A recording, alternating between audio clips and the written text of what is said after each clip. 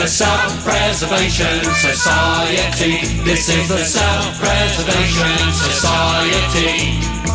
Go wash your German veg, your boat race too. Comb your bonnet fair, we got a lot to do. Put on your dicky-dur and your peck and ride, 'cause time's to hurry and buy. Get your skates on, mate. Get your skates on, mate. No bib around your Gregory Peck today. Hey, drop your plates of meat right upon the sink. This is the Self-Preservation Society. This is the Self-Preservation Society. Gotta get it moving, move on.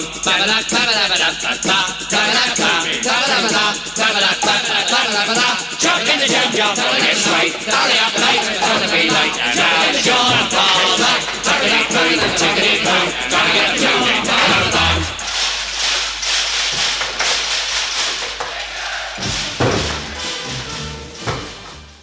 There we go.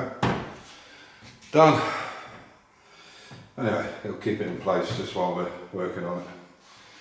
So, yeah.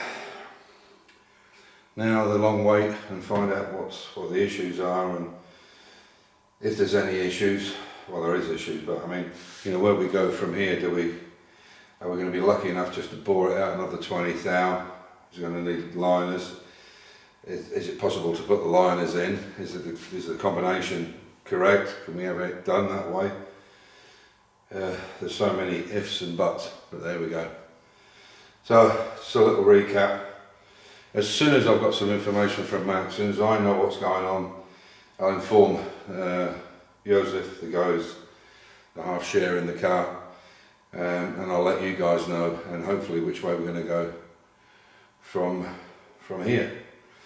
But we really know to the extent of the costs and how long it's going to take and so on and so forth. There's no time scale on it, but it would be nice to find out as soon as we possibly can. So just a couple of quick things on here then to show you. So they are the quick mountings, and basically they just run straight down into there, and you don't have to put, because trying to get these nuts and bolts in here can be a real pain.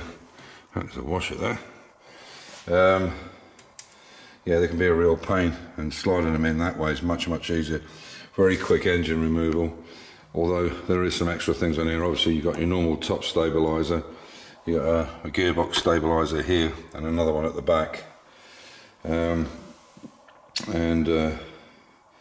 yeah, like I said, I put these rose joints in here and in here and made these bars up so you can adjust these here, and you can move the elevation up and down a little bit to make it more taut.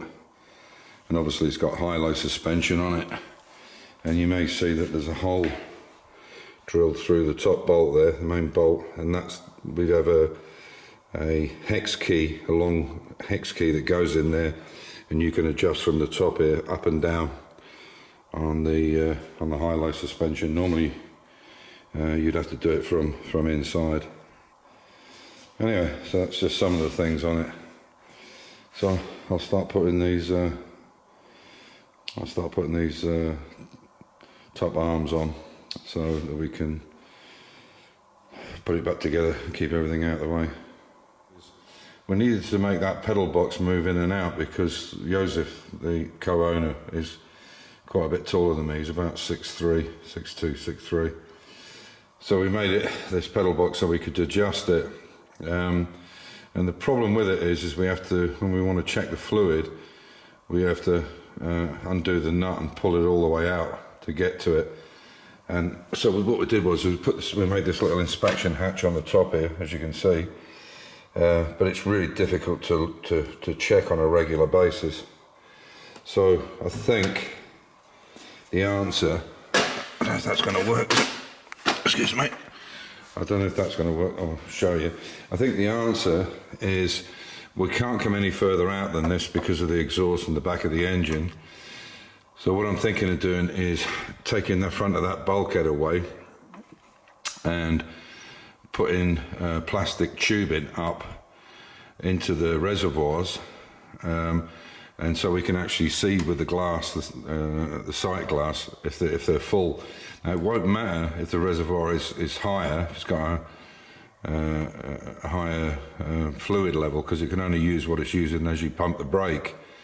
But you would see it go down, so we could have a visual on it, and then I could do it in such a way that I could re-bolt this front back in after we've cut it out. But the tubes would have to be able to move backwards and forwards, if you see what I mean.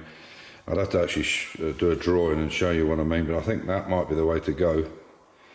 So that's as I said, we made this, and then we cut this top out and put like a little clip on the back there, so it slides underneath and goes down on top like that, and then it goes under that clip. Excuse me. So it fits under there, and that just goes under that screw there. So let me turn this off because it's too much. Oh. There we go. So yeah, I think that's what we're going to have to do. We definitely need to modify it to make it a lot easier to look at, because it's an absolute pain with the seat and everything in to get to check those fluid levels. And a sight glass would definitely be the way to go, I think.